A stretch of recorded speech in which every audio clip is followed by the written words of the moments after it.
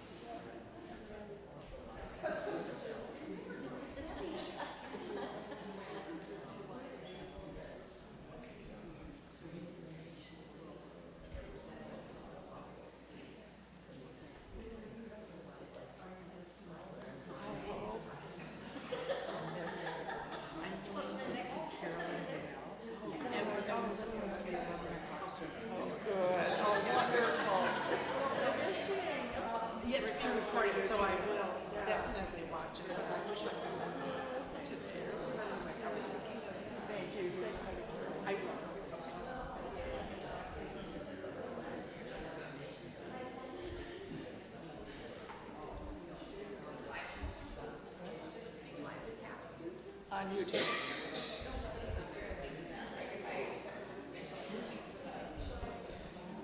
It's on the Plymouth Church YouTube channel.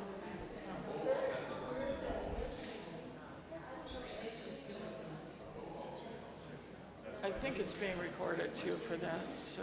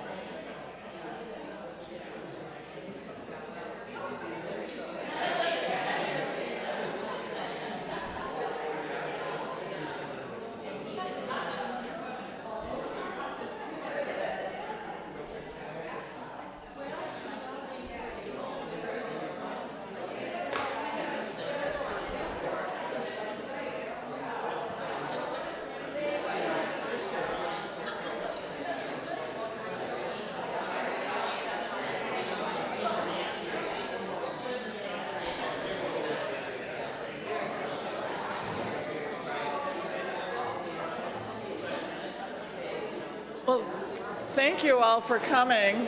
I think we'll get started. We'll get started in just a moment here.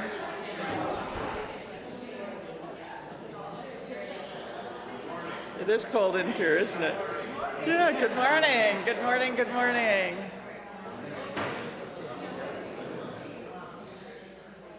This is pretty impressive for a Sunday morning in June. Thank you all for being here. So I am trying to represent Jess and myself, just Jesiah, Ahlemeier, and myself, because Jess had a trip to South Dakota that had to happen this weekend, and she's on her way back right now. But I'm going to try to include a couple-minute introduction from her and clip from her about our trip, and if I can make my Apple computer play with her Google recording, it will work, and if not, my apologies. I actually wrote out what I want to say to begin with because I was afraid I would wander and not get it all in, but I'm really grateful for this opportunity to share a little bit with you about the trip that Jess and I took to Israel and Palestine. We left on May 15th, and she got back on May 31st, I got back on June 5th, and we're both completely back in this time zone, but our heads and our hearts are still partly there. Wanted to just remind you of the geography in case this is helpful to some of you.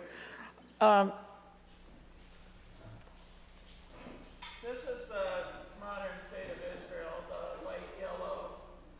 The orangey part is the West Bank and Gaza. And this is a blown up picture of the West Bank.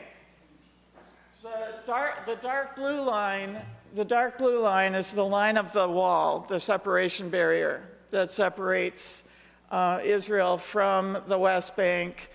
About 40% of it is a high wall. I'll have some pictures of it. The rest of it is either fences or razor wire or something indicating that who's welcome to be on either side of it and who's not. The orangey parts are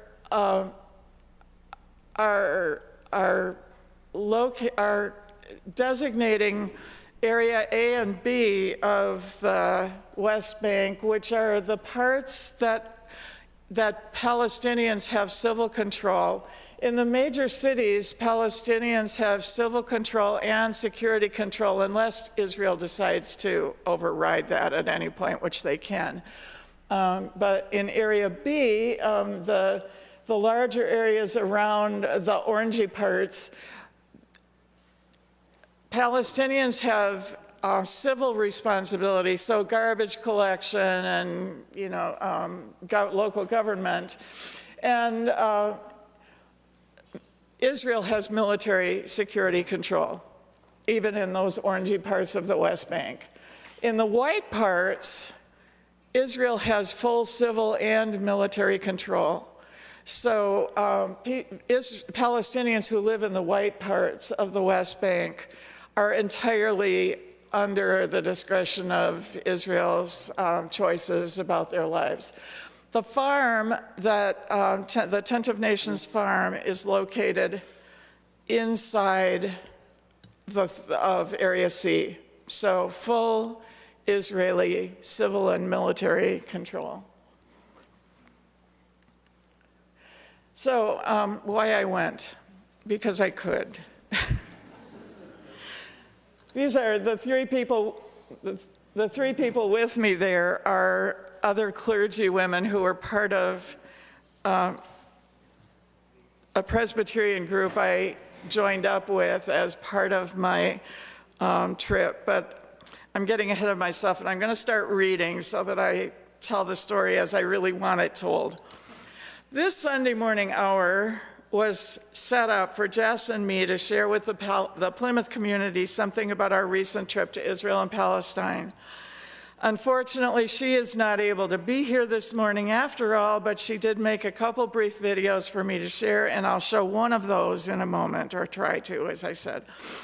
First, I want to lay the groundwork for this hour. I'm not going to share a travelogue.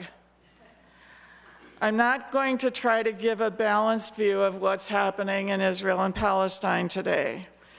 I'm also not going to focus on Gaza, as hard as that story is. My focus this morning is on Palestinians, mostly who live in the West Bank. Somehow I just switched to Jess. Let's go back to me.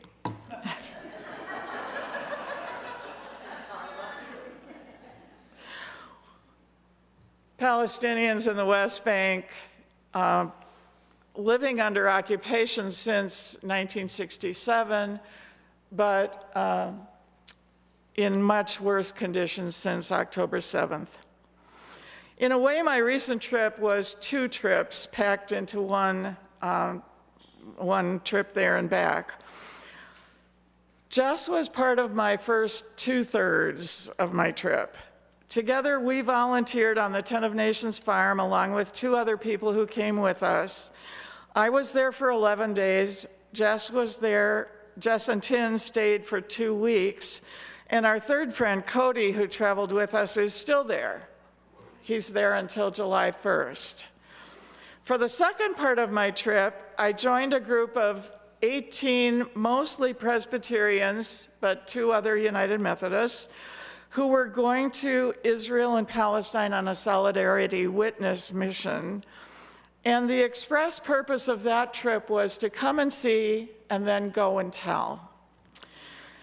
This is part of my go and tell. We spent 8 days with that group witnessing the constraints that Israel places on Palestinian life and the indomitable spirit of the Palestinians we met, who understand that they belong to the land in a way that's deeper and more connected than anything I've experienced in my own life. My focus is on Palestinians this morning because that's who we spent our time with. I keep touching the pad. I'll just leave Jess and stop touching it.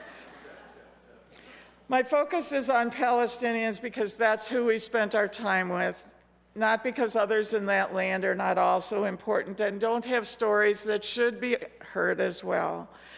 But the story of Palestinians on both sides of the Green Line is the story that's least known by consumers of Western media.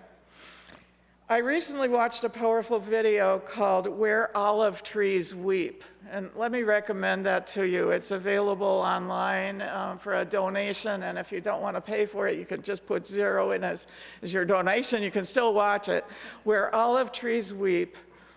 And in it, a Jewish Canadian psychotherapist describes why focus on Palestinians in better words than I've been able to articulate.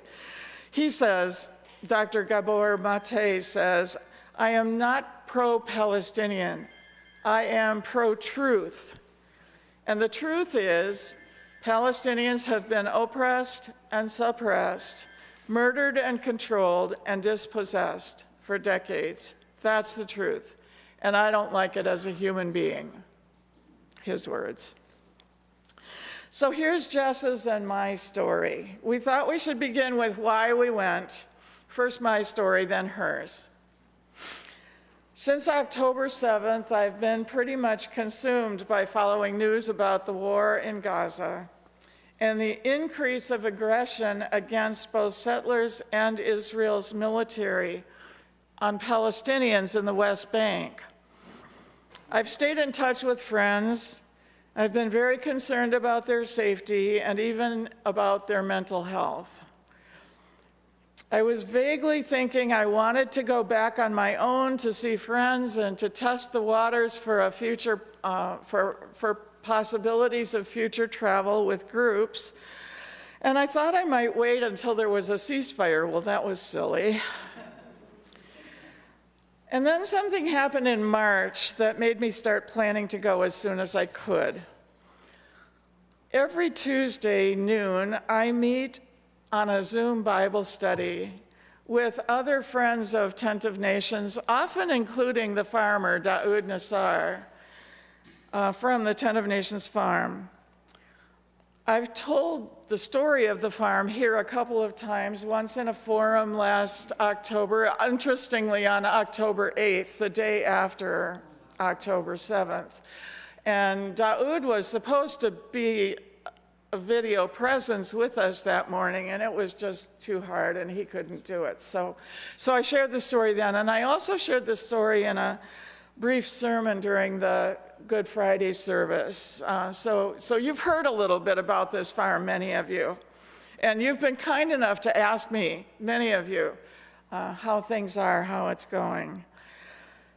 Daoud often joins our Zoom calls when he can, our Zoom Bible studies. And one day back in March, he told us about something that had happened just a couple days earlier.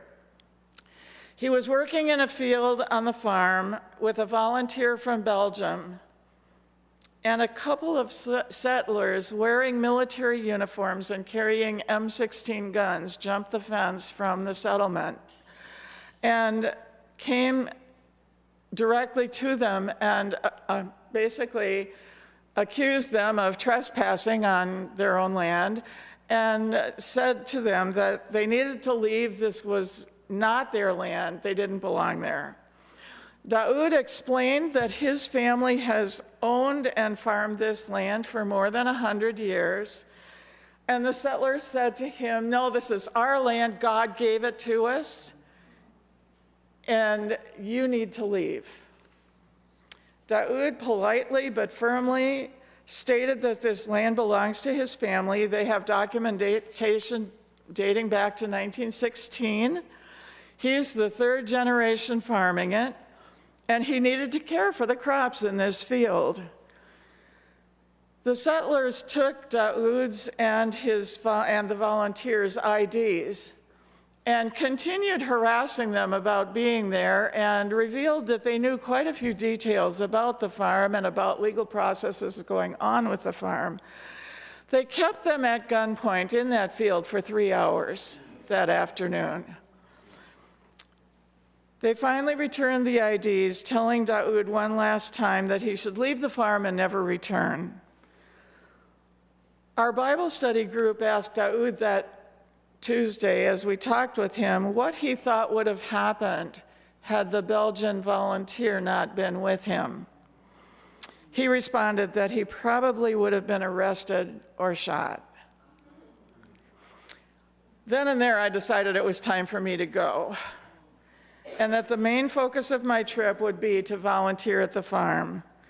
Working with Daoud to plan, it came clear that May would be the best time. And I was texting with Jess Ahlemeier from our border immersion group a couple days after I made this decision, told her what I was planning to do, that I was planning to go, and Jess said, "Can I come too?" And I knew that she understood the situation. She was going to travel with a group of us who were set to travel last October. Some of you were in that group. And she had done all the preparation. And then a few days later, she called me back and she said she was telling a friend in Texas about what she was planning to do with me. And he said, "Can I come too?"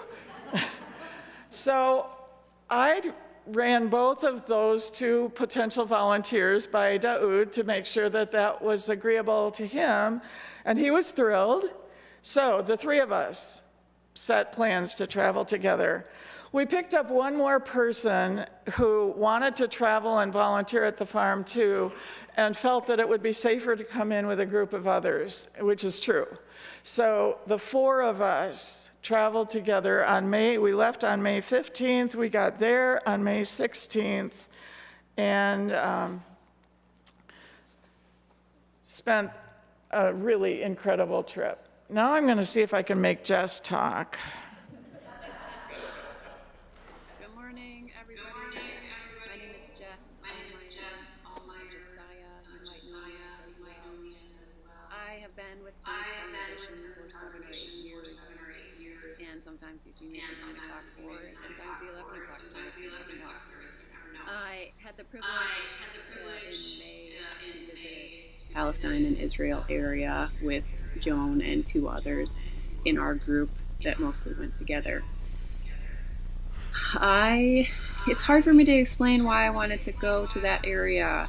I know we were set to go in October with a very large Plymouth church trip, and that, of course, did not happen because of what happened on October 7th. I think because Tent of Nations, the farm specifically, was asking for people, it was a higher motivation to be going to that area. Before I was going, I kept telling people, if it were me and I were asking people to come, I would want people to show up. So how can I not go? That's the side of it, to be kind of a support network and in solidarity with what they're facing. I think all of us are interested in visiting the holy sites and feeling and seeing that history, in being in the places that has been so powerful to so many religious groups for so long. I think my grandma as well would have been very proud as a fellow Christian. It's in her blood, I think, Bible studies and all of that history. Would have been very proud that I would be able to go visit that area and see specifically the birthplace of Jesus.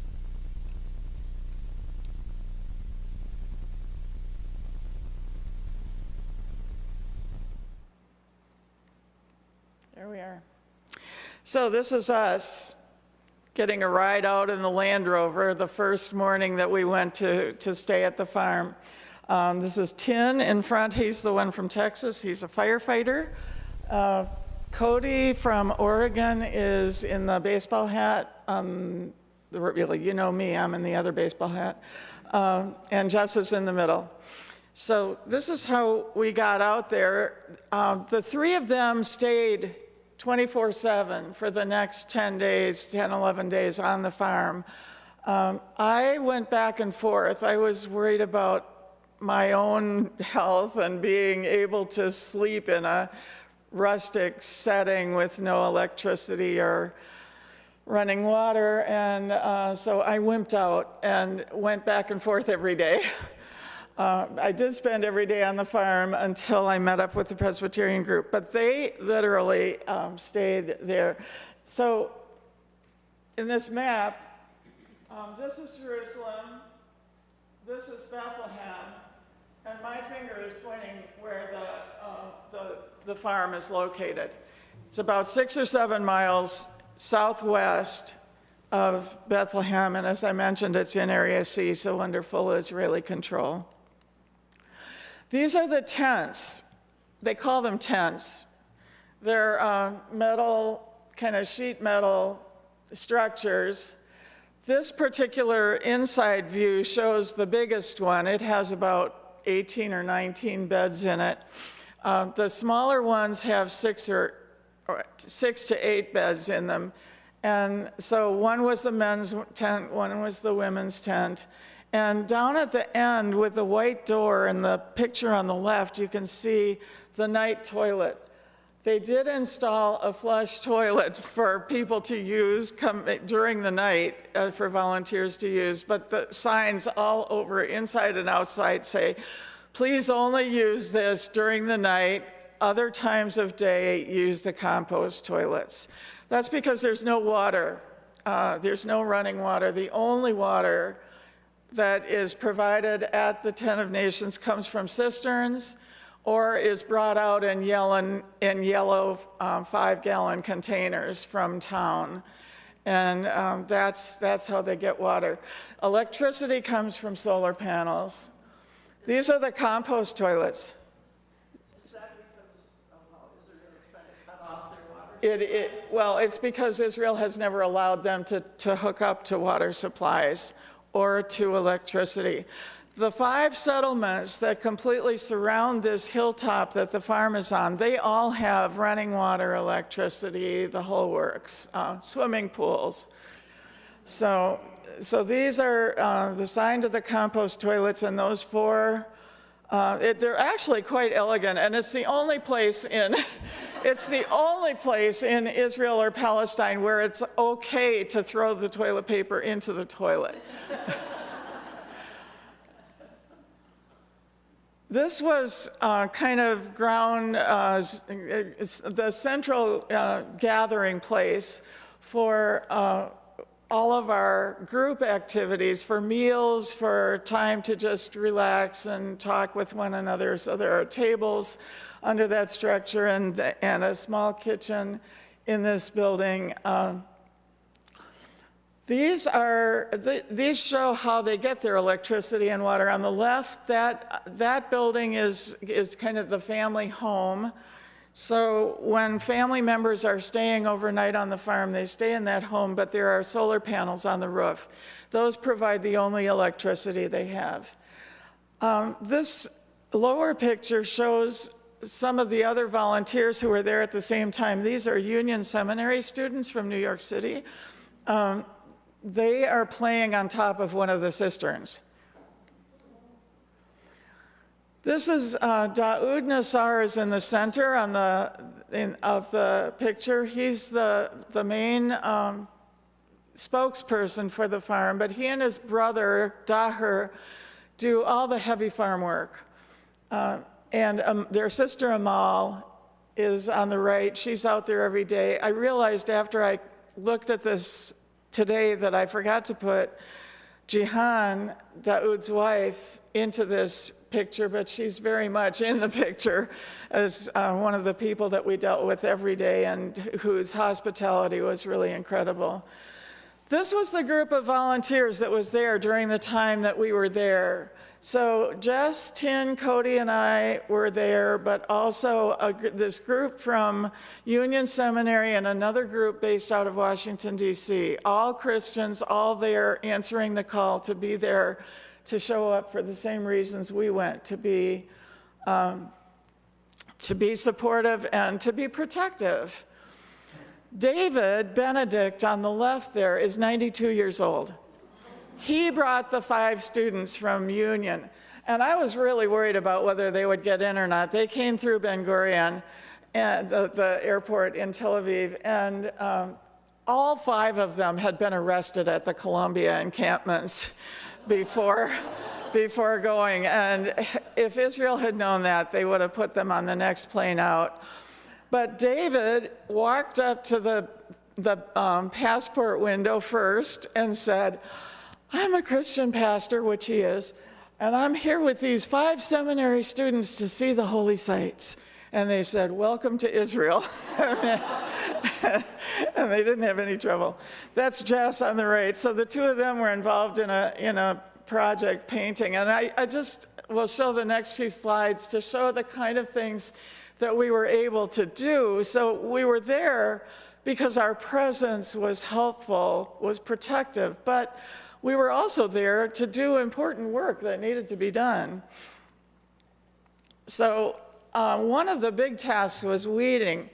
Over the winter time, the weeds had grown tall through the rainy season, but there were no volunteers on the farm, and as you heard, it was a little dangerous for even the farm family to be anywhere near the borders of the farm where the settlers could come in and attack. So this is the one on the left is a worship circle before we weeded it.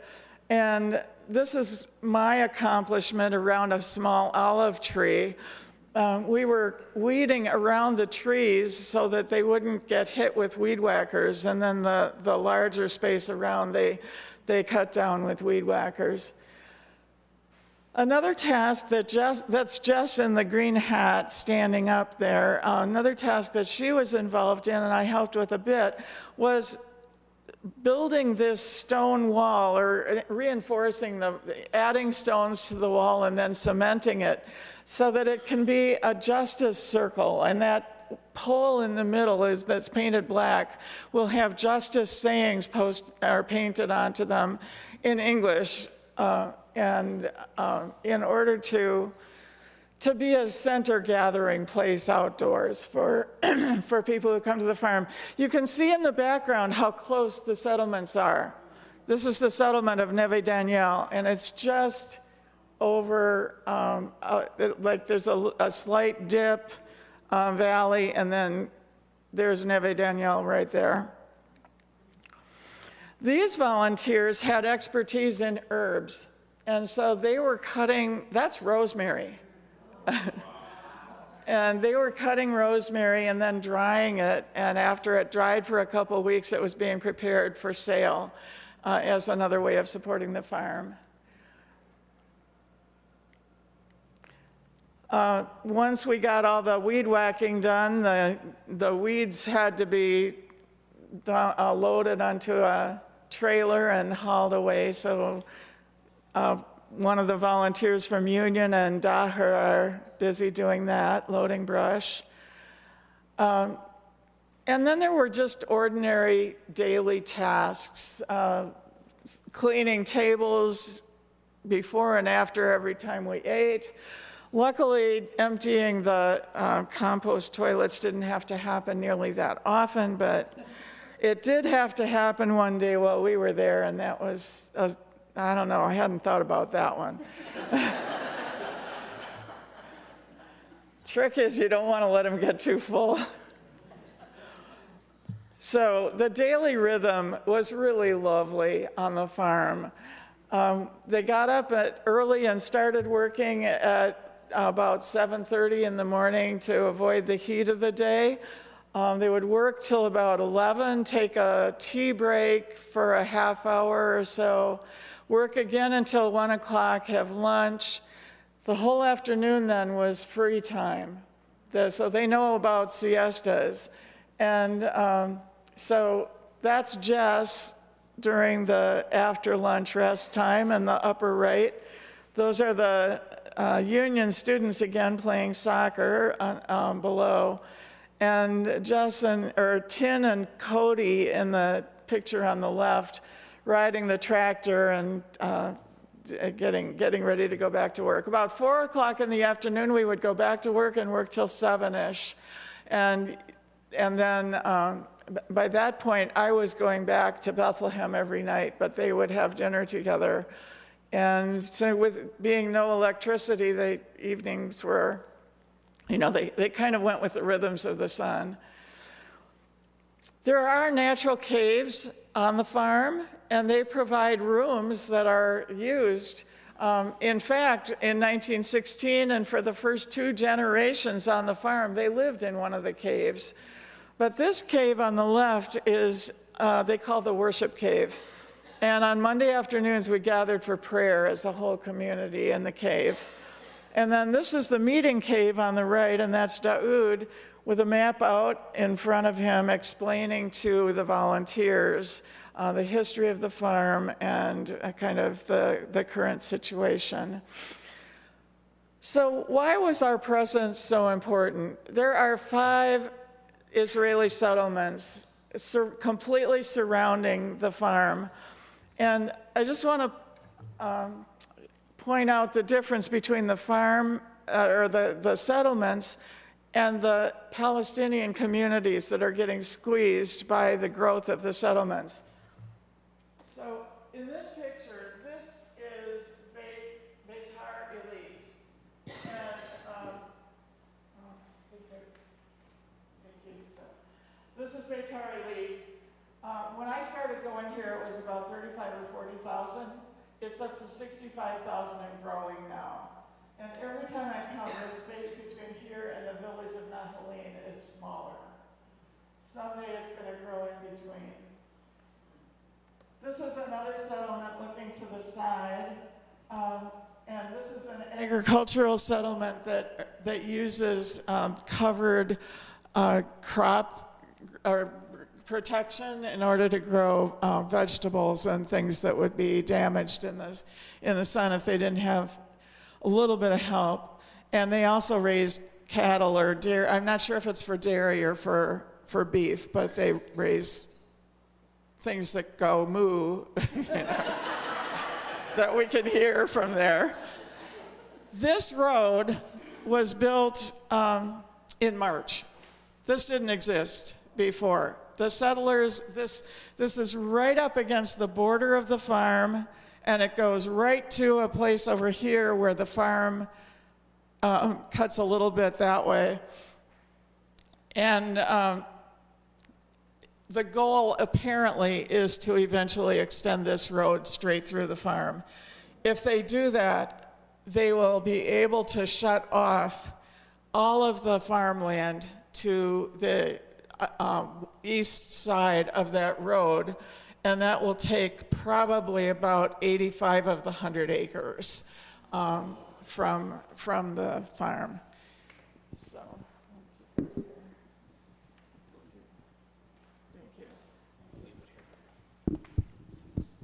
thank you. The incursions are less likely when internationals are there. I think I made that point with my story at the beginning. This picture again shows how very close the settlements are. The settlement of Neve Daniel again is up on the top of the hill, but you can see some white buildings lower down, like halfway between the top of the hill and the farm. That's a school. It's a yeshiva. And it's a very conservative, ultra-conservative. So these are the people that are being taught that God gave them the land and that they should try to take it. Since October 7th, several loads of garbage and rocks and debris have been piled across what used to be the road access to the farm so that people cannot travel. This is the Palestinian road that used to connect, well, if the roadblocks weren't there, it would still connect. The main highway that goes from Jerusalem to Hebron comes straight west and connects to the village of Nahaleen and several other Palestinian villages farther south. The farm is right in between that road and Nahalin. So we used to be able to get to the farm by coming to one roadblock, sort of like this, that we had to crawl over and then walk into the farm, but now there are 3 of them. And now settlers are completely preventing any access from the main road. So in order to get to the farm, instead of taking a 10-minute ride down the main road and walking in from the first roadblock, anybody going there now has to drive through 3 small Palestinian villages around a back way. In the process, you do go by some other roads that are for not accessible to Palestinians, they're for Israelis only. Here's another new road. You can see in the background the yeshiva. This road is on the other side of the farm, so the 2 roads are kind of squeezing the farm from both sides. This is a 3rd road that was just cut on May 1st.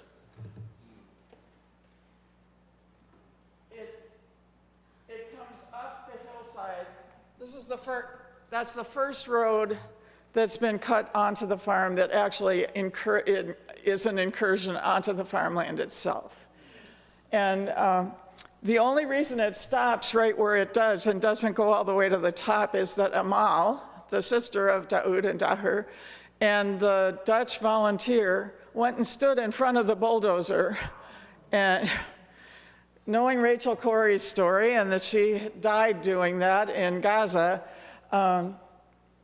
this was a very brave thing to do, but they got the bulldozer driver to stop the road and then got security involved to the point that the farm actually has an injunction against any further development work on the farm, but the Supreme Court is not enforcing it, and it seems to be going on. So again, the presence of an international volunteer probably was what made the difference in that guy stopping. If it had just been a Palestinian woman telling him to stop, there's no way it would have stopped. On May 27th, this showed up. I was there. This trailer next to the new road, that close to the yeshivas. This is the way they start new settlements. There was frequent settler activity around us. They didn't stop to talk to us very often, but they kept driving by probably in this white van. It had a red flashing light on top, and they would drive by really slowly and just make sure that we knew that they knew that we were there. And this Jeep on the left, came by, and some guys in military uniform just sat there for a while. But on June 10th and 11th, so this is, 2 weeks ago? These gravel trucks showed up and dumped a lot more gravel on the road right where the trailer is. And then a spreader came to spread it. And this is what it looks like now. It's all set for new trailers, and so far, this is all on land belonging to a different Palestinian farmer, but not on the farm. It's on the Tent of Nations farm itself. But what really worries the people on the farm is that Israel has set a safety zone limit around settlements. And once there are settlers living here, they'll be able to say, you can't have anybody closer than 200 meters to this, and that will take the farm. That will take all of it except for the end. So this is very much a work in process and very difficult.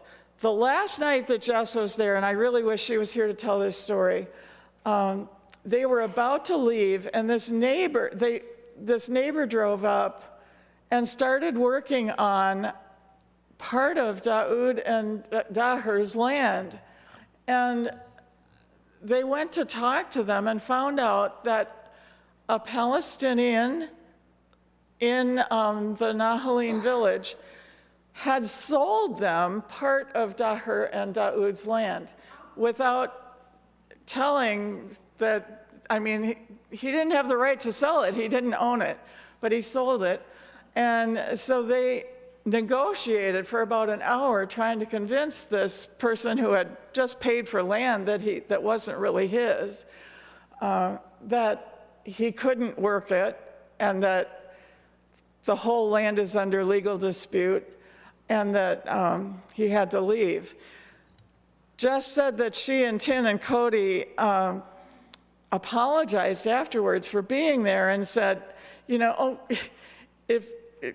would things have been better if we weren't here? And Daher and Daoud said, no, it's much better that you were here. It's really important that they know, that internationals know that this is happening. So all of that. This is what sunset looks like on the farm. This is one of Jess's pictures. That's looking down toward Nahaline with Beitar Elite in the distance. And this is what the settlement looks like at night.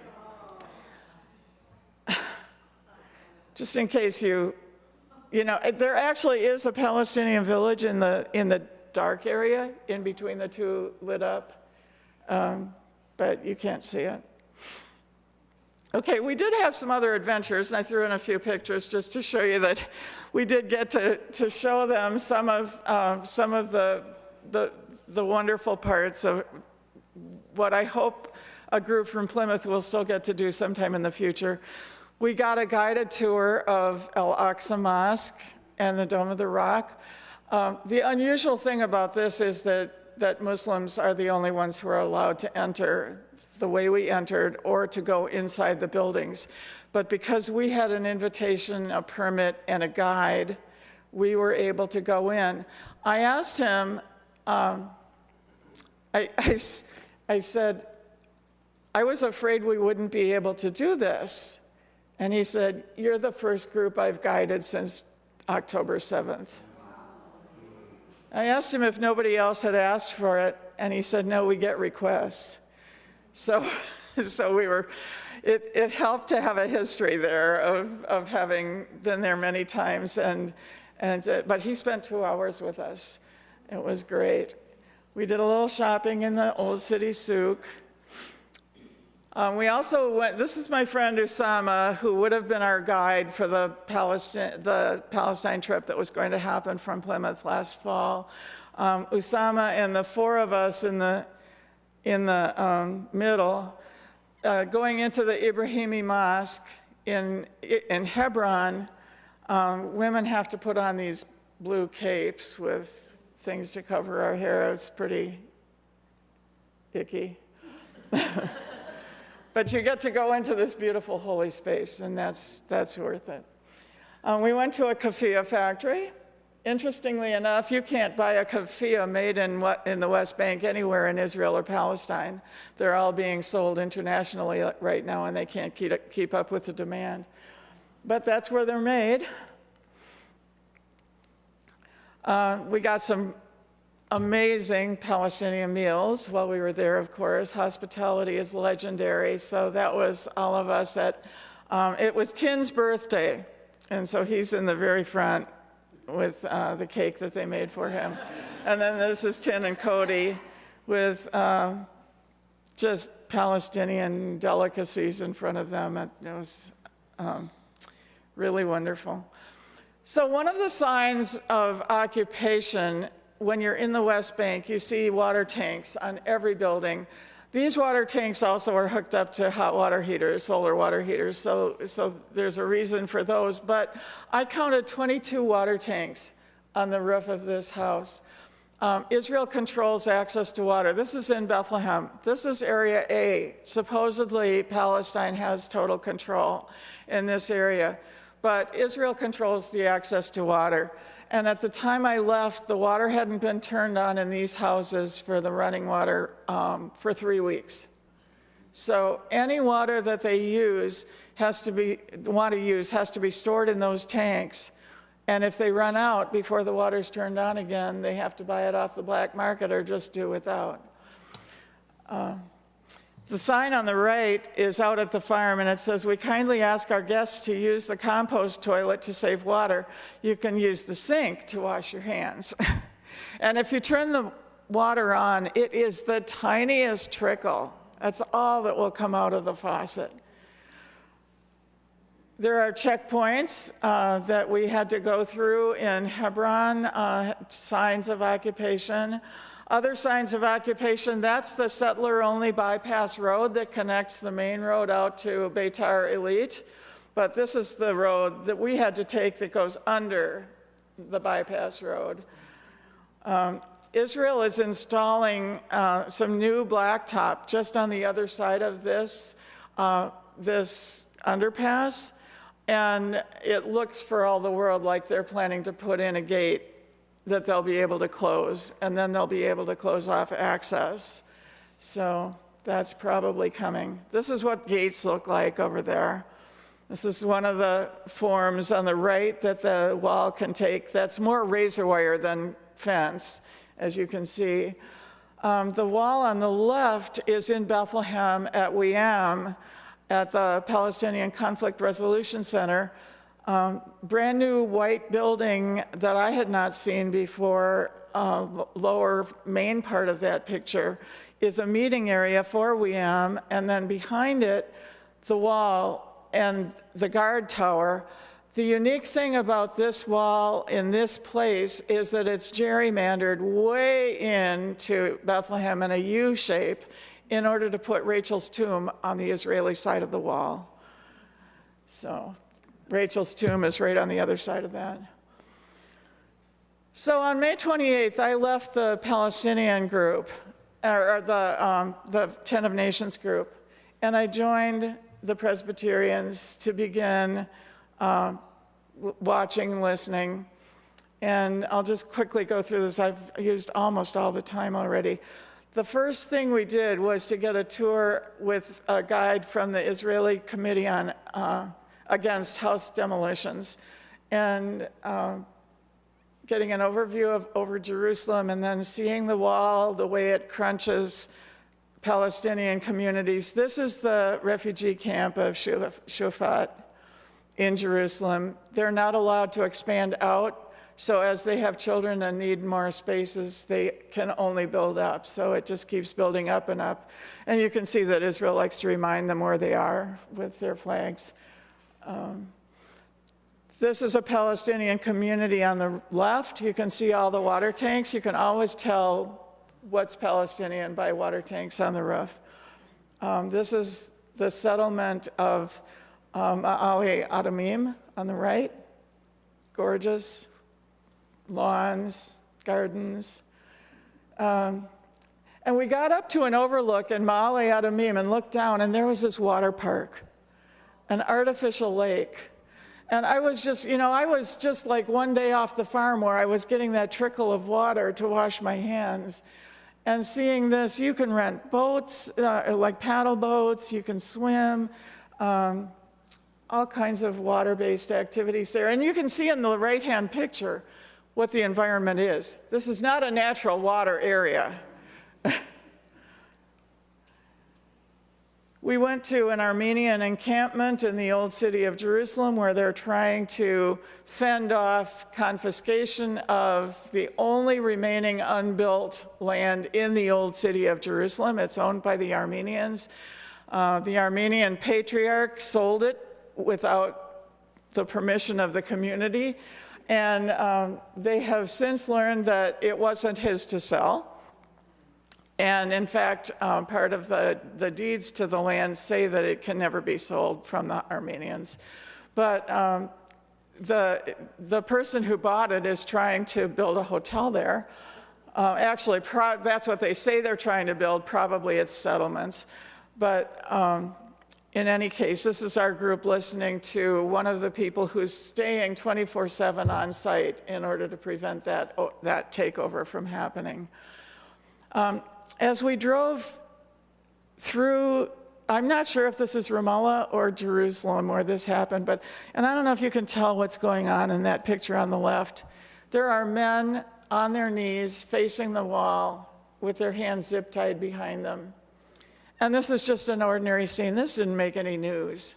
It just happens every day, all the time. This is a shop that was damaged underneath. It's the lower level of a church that we visited in Nablus. And this just happened last week. This picture is from last week. So we came and we saw, this is our group back out at Tent of Nations. The whole group went out there. So I got to go one more time. And now it's up to us to go and tell. The farm's motto is, we refuse to be enemies. And I'd like to close with a meditation that one of our Presbyterian group leaders shared with us the first night we were all together. He's reflecting on Martin Luther King Jr.'s letter from a Birmingham jail. He says, not showing up is what deeply angered Dr. King when he wrote his letter from the Birmingham jail with white mainline pastors who simply did not show up. Listen to what Martin Luther King says.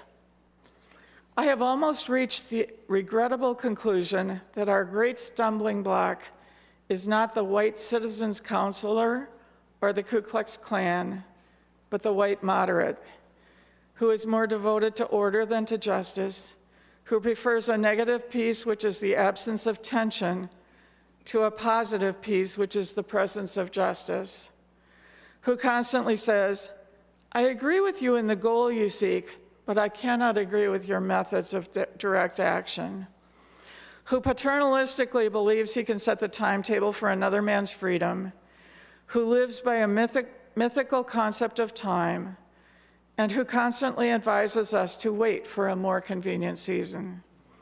Shallow understanding from people of goodwill is more frustrating than absolute misunderstanding from people of ill will.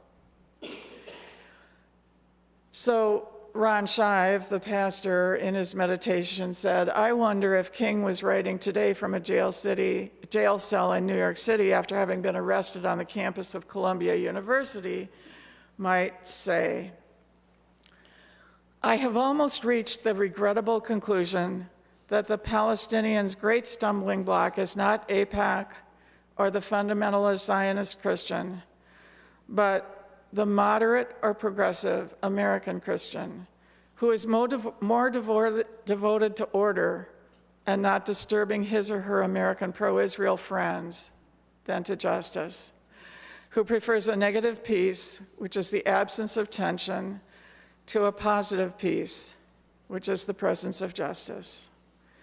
Love shows up for those who suffer. So I had a couple of afterthoughts that I wrote down on my Facebook page 2 days after I got back, and I'd just like to conclude with these. I'm safely home, grateful for boring air travel. Here's what I bring home with me from the past 3 weeks in Israel and Palestine. I never felt personally unsafe, not once. Although I saw situations where local people were definitely not being treated fairly or safely. We were not in danger. It was the local people who were. All the local people I spent time with are stressed beyond anything I've seen before. They're scared, they're exhausted, emotionally and physically. They're worried, but they're also determined, resilient, and practicing the Palestinian art of sumud, which means keeping on even without signs of improvement. Everywhere we went, our host's first words were, "Thank you for coming." Our visit brought encouragement, a little light, even protection. We were a much-needed, tangible sign that the world has not forgotten them. In many cases, we were among the first visitors they'd had since October 7th. Now is an amazing time to be a Christian pilgrim in Israel and Palestine. The holy places are almost empty. And the Palestinian tourism industry is practically on life support. In each of the 3 hotels that my Presbyterian group stayed in, we were the only people there. So my conclusion, if you're thinking about traveling to Israel, Palestine, look for some partners to travel with and go. My trip was rewarding beyond anything I've experienced before, and I would go back in a heartbeat. Thank you.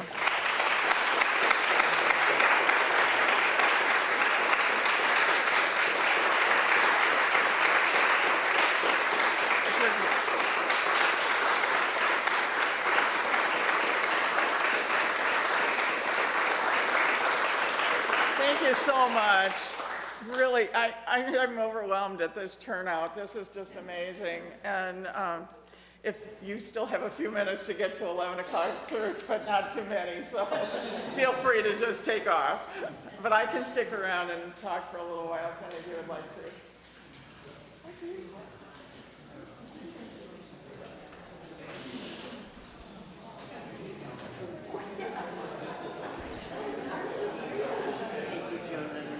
Oh, that's what you wrote me.